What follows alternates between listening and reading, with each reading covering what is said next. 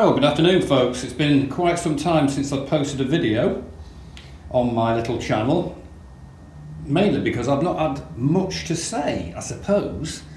So rather than invent something, just to try to keep up my subscriptions or whatever they are, I just had a break for a while, had a few issues, needed sorting out in life.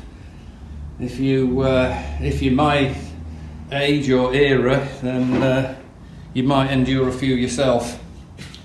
So here we are with a little update about something which I think is worth having a think about for everybody. This time of year, people put machines away, you know, motorcycles, lawn mowers, strimmers, and I've done a lot of repairing of lawn mowers for people, neighbours. Started off in a little way, you know, just fixing a few mowers, usually in spring, and I noticed that usually the cause of them not working is that the fuel that was left in the tank or the carburettor has gone off, and sometimes it's done it in as little as a month actually. I once fixed a mower for somebody and put petrol in it. A month later they contacted me and said, oh, it's not working. The fuel had gone off, and therefore, if you know you're going to be laying a bike up for the winter, sorning it or whatever, I think it's worth having a think about this. The fuel in the mowers I've seen turn to something just about as viscous as sometimes like washing up liquid. That's when it's really bad.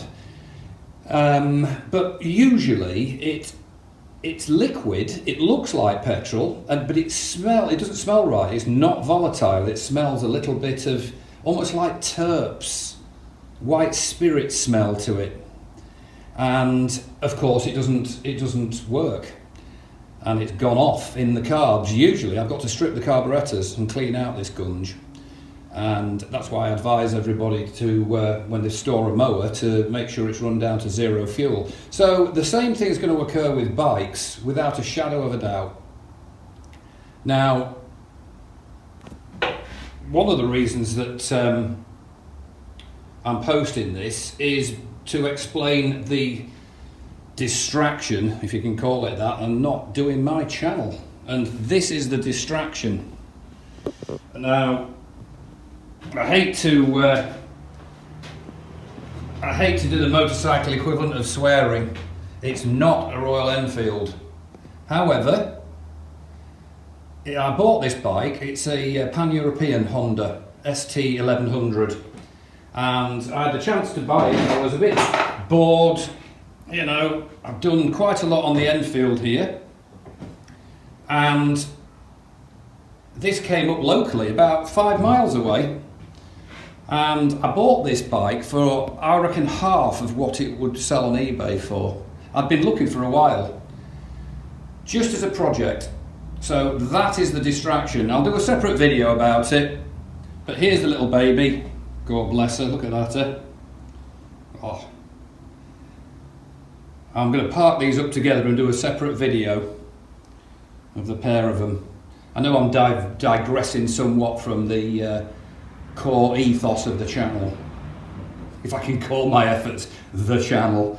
So there you go. That's why I've been a bit distracted, and I have done quite a bit of, not work on it, but I've taken the well, I'll run it by in a separate video. If anybody's interested, I'll make it really clear that it's just purely about the pan-European. So if the purists out there don't want to watch it, then obviously you won't have to.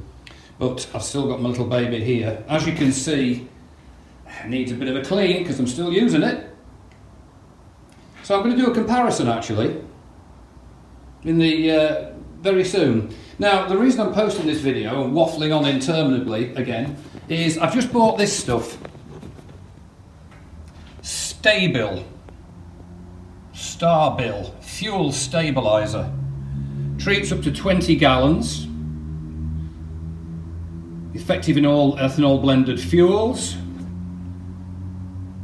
Now what this stuff does is, I'll show you the back of it. There it is. keeps fuel fresh for up to 24 months. Now that's a bit slightly evasive, isn't it? Up to 24 months could be a day, couldn't it? Keeps fuel fresh up to 24 months could be 12 months. It could be 23.9 months. Up to. So even if it's a year or a winter, effective in all blends of gasoline, prevents gum, varnish and corrosion. So basically, this stuff is not that cheap actually. I think it was 12 quid for that bottle on eBay, and it contains 236 ml, but it'll do 24 gallons. Now, given the weather recently, let's look at something beautiful while I'm talking. No, not me, this. Given the weather recently, I'm using my bike. I'm using the Pan-European and I'm using the Enfield. I'm going to do a separate video about the pair of these bikes, which I hope will be entertaining. So I'm still using my bike, as you can see by all the filth that's on the exhaust headers. I'm going to give it a good wash, but I'm out there using it. So I've no plans on sawing either of them at the moment, because it's nice to be able to use them. And you can guarantee that the day you go out on a bike that is sawned, you're going to get pinged by a camera, or you're going to look in the rear view mirror and see a blue flashing light with an enthusiastic young copper deciding he's going to pull you over, having just put your reg number through the whirligig in their car. Just isn't worth it. So I'm not going to sawn mine yet, and therefore I'm not really going to need to use the fuel stabiliser. But I do think it's worth mentioning. I mean, a colleague of mine said, "Oh, I'm going to lay my bike up for the winter soon." My question was, what winter? It's not that bad. There's some lovely days. Today's been brilliant. But he's going to sawn his. So really, if you're going to sawn a bike, I would strongly recommend using that fuel stabiliser. They recommend filling the tank so that it's all sort of all your inside of the tank's covered, so it don't rust or anything. And they say run the bike for 5-10, just enough to get the fuel through the fuel injectors or the carbs. And to me, particularly on this Pan-European, years ago I had a GL1000, 1975 I think it was, the original plain Jane GL1000, 4 carbs on it, just like the Pan-European's got, and what a swine on carburation.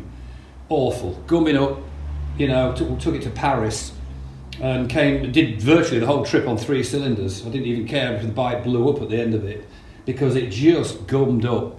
I dread to think on this Pan-European, if the carbs bunged up on that, I dare say it'd be something very similar. So I'm going to use that fuel stabiliser if the weather gets really, really bad. But at the moment, they're both getting used, and I shall, as I said, to repeat myself probably for the 3rd time, I'll do a separate video comparing the bikes really. But doesn't stop this one from being a little baby, does it? So there it is, Stabil. I'll put a link in the description as usual, and in the meantime, I hope that if people are still out using their bikes as much as I'm using mine, I hope you're taking great care. I don't want to teach my granny how to suck eggs, or indeed suck anything else I suppose really, but really the roads are getting greasy. I've noticed the road surfaces seem to be slippery and a bit slimy, so be careful is all I can say. I went through the town the other day on it's a bit like giant block paving, and heavens above, the bike, I was on the Enfield, and it was just, I thought I was going to lose it, just going around a moderate corner, because it was a combination of this block paving stuff. So there you have it. I hope that that's useful for people, and I will be posting a video very soon about this. In the meantime, take care. Speak to you soon. Bye.